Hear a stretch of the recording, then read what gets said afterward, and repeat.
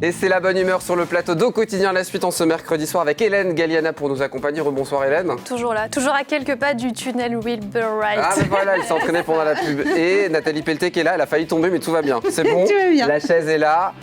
Le orange aussi, c'est parfait, ça te aussi parfaitement. On va parler dans quelques instants en littérature évidemment et de ce premier roman d'un ancien orthophoniste manceau. Il s'appelle Jean-François Renaud et son roman s'appelle La Digue. Il sera prochainement, je crois, demain soir. Il sera demain soir à 18h à la librairie. On en reparle dans quelques instants. Mais pour commencer, un appel aux habitants puisque le secteur de la Madeleine au Mans compte une nouvelle maison de quartier depuis avril dernier et le gymnase qui est en cours de rénovation. Deux équipements qui vont recevoir le nom d'une personnalité. Laquelle? Eh bien, les habitants sont appelés à voter jusqu'au 4 décembre prochain. Pour la maison de quartier, les habitants ont le choix entre trois personnalités. Clara Zetkin, journaliste allemande et figure historique du féminisme à qui on doit notamment la Journée internationale des femmes, ou les comédiennes et chanteuses Jeanne Moreau et Juliette Gréco. J'ai perdu mon autre fiche, c'est pour ça que j'étais un peu perdu et je vais pas la voir. Et du coup, donc c'était pour le gymnase. J'ai pas la fiche. Pour le gymnase, du coup, il y avait trois noms qui étaient proposés, trois sportives. Il y a Pina Bausch, il y avait un nom allemand, mais je sais pas. Aurélien Lejean, grand sport. Ah oui, Micheline, on me le dit dans l'oreillette, une grande championne olympique.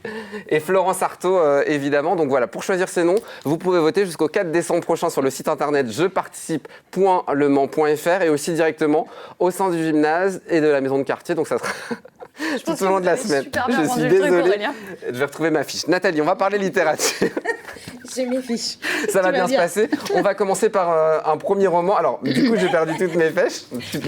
La nuit tombée sur nos âmes de Frédéric Paulin. On va commencer par ça, un grand roman noir qui revient sur les coulisses du sommet altermondialiste de Gênes en marge du G8. C'était en juillet 2001. 2001, voilà.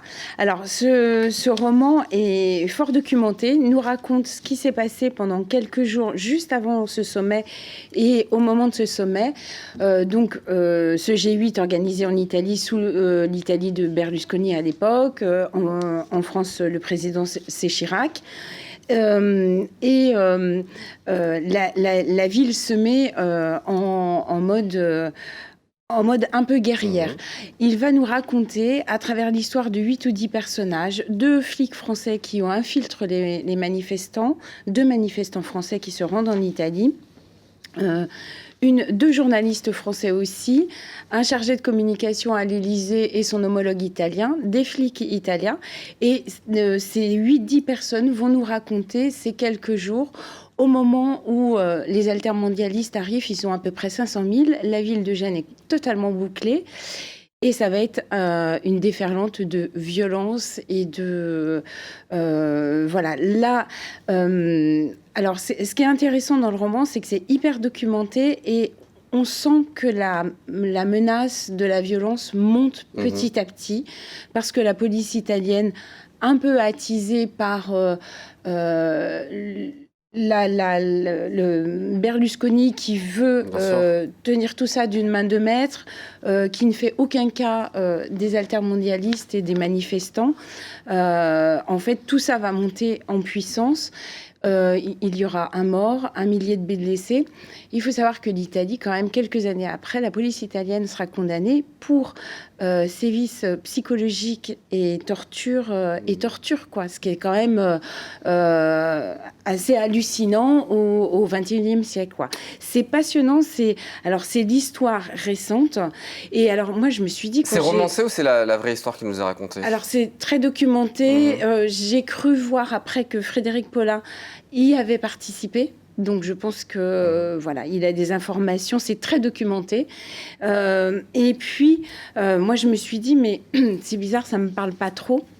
Et en fait, c'est arrivé pendant l'été, d'une part. Donc, on sait bien que les infos pendant l'été, c'est un peu plus...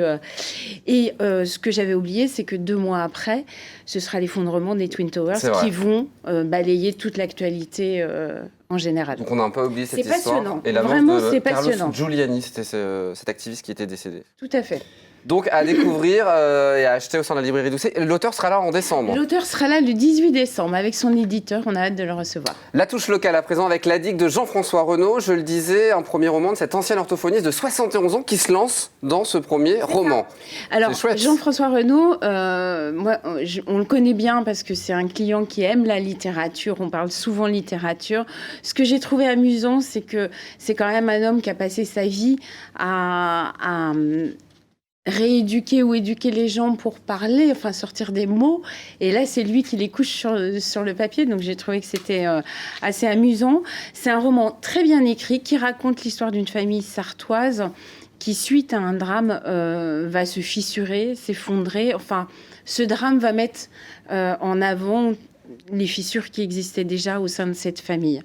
Et notamment avec la mère qui, elle, pour essayer de reprendre pied dans sa vie, va s'éloigner sur une petite île des Seychelles qui s'appelle La Digue.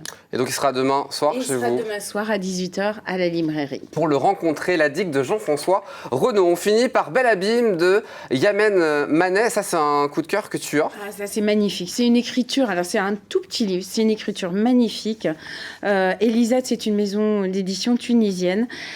Dans ce livre, l'auteur nous raconte l'histoire d'un jeune adolescent qui est en prison parce qu'il a tué 3 hommes, dont son père.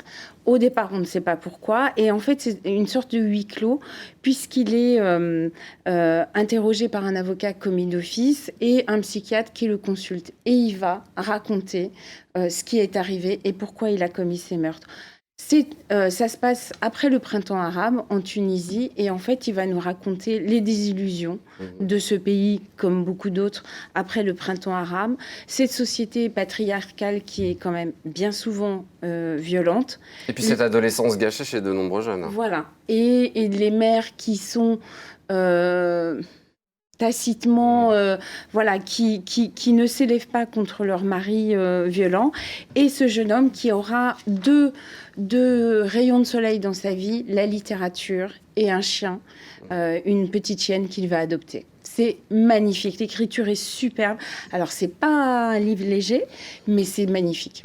Eh bien, à lire Bel Abîme de Yamen Manet chez Elisade Éditions, à découvrir évidemment au sein de la librairie Doucet. Peut-être que vous l'accueillerez un jour, cet auteur. Peut-être, avec en plaisir. tout cas, je suis sûr que tu en as envie et on le souhaite. Allez, un point à présent sur ce qui nous attend. Dans quelques instants, 19h, nouveau numéro de l'Infiltré du dimanche, présenté ce soir par Valentin Monnier. Au programme, le bol d'air d'Alonne, un concours canin au Mans, du tir à l'arc à Ciel-Guillaume ou encore une exposition peinture, sculpture à la Flèche. Et puis vendredi à 20h, nouveau numéro de Au Bonheur de Nacre, l'émission consacrée à l'accordéon avec un duo international Made in Belgium, un binôme atypique et inattendu qui associe violoncelle et accordéon. Petit extrait de ce qui vous attend.